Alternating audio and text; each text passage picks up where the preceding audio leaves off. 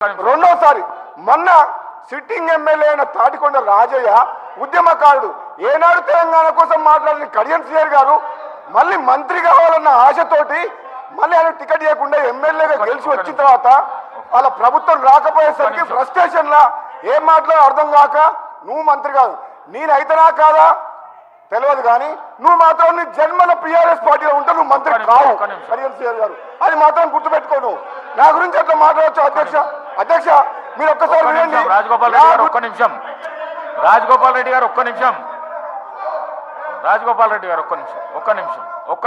ఒక్క నిమిషం ప్లీజ్ ఒక్క నిమిషం ఇప్పుడు మొట్టమొదటిగా సభలో నా గురించి అనుచిత వ్యాఖ్యలు చేసింది ఆ సీనియర్ నాయకుడు కాబట్టి నేను ఏమనకుండానే ముందే చెప్పిన ఆయన పెద్ద మనిషి ఇటువంటి మాటలు నన్ను అనొచ్చా అది పార్టీ అధ్యక్ష అది పార్టీ అంతర్గత విషయం మంత్రులు ఎవరు కావాలి ఎవరు చేయాలని పార్టీ అంతర్గత విషయం అధ్యక్ష మీరు చెక్ చేయండి రికార్డ్స్ ఒకనాడు హరీష్ రావు గారు బాబు ఒక నిమిషం రంగన ఒకనాడు హరీష్ రావు గారేమో ఆ రోజు నా గురించి నా మంత్రి పదవి గురించి మాట్లాడు మళ్ళా కడియం శ్రీహరి గారు మాట్లాడారు మా పార్టీ గురించి అధ్యక్ష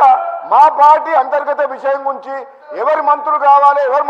మా పార్టీ అధిష్టానం ముఖ్యమంత్రి గారు నిర్ణయం తీసుకుంటారు. ప్రతిసారి వీళ్ళ దుర్బుద్ధి ఏంటంటే అధ్యక్ష వాళ్ళకి అధికారం పోయినప్పటి నుంచి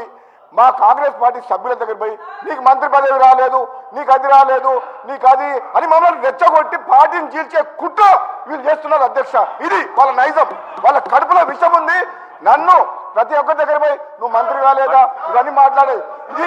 ఈ కుట్ర చేస్తున్నారు కడియం శ్రీహరి గారు. మీరు నాలాంటి మనిషిని పట్టుకొని అధ్యక్ష నేను తెలంగాణలో పార్లమెంట్లో తెలంగాణ కోసం కొట్లాడిన మనిషిని నా పదవిని ఇట్లా గడ్డిపోతలా పడేసి మీకు వ్యతిరేకంగా పోరాటం చేసిన మనిషిని నాకు పదవులు ముఖ్యమా అధ్యక్ష? నేను పదవుల కోసం పాకులే మనిషిని అయితే పదవికి రాజీనామా చేసి మీ ప్రభుత్వాన్ని మున్గోడు ప్రజల కాళ్ళ దగ్గర తీసుకొచ్చిన అధ్యక్ష నేను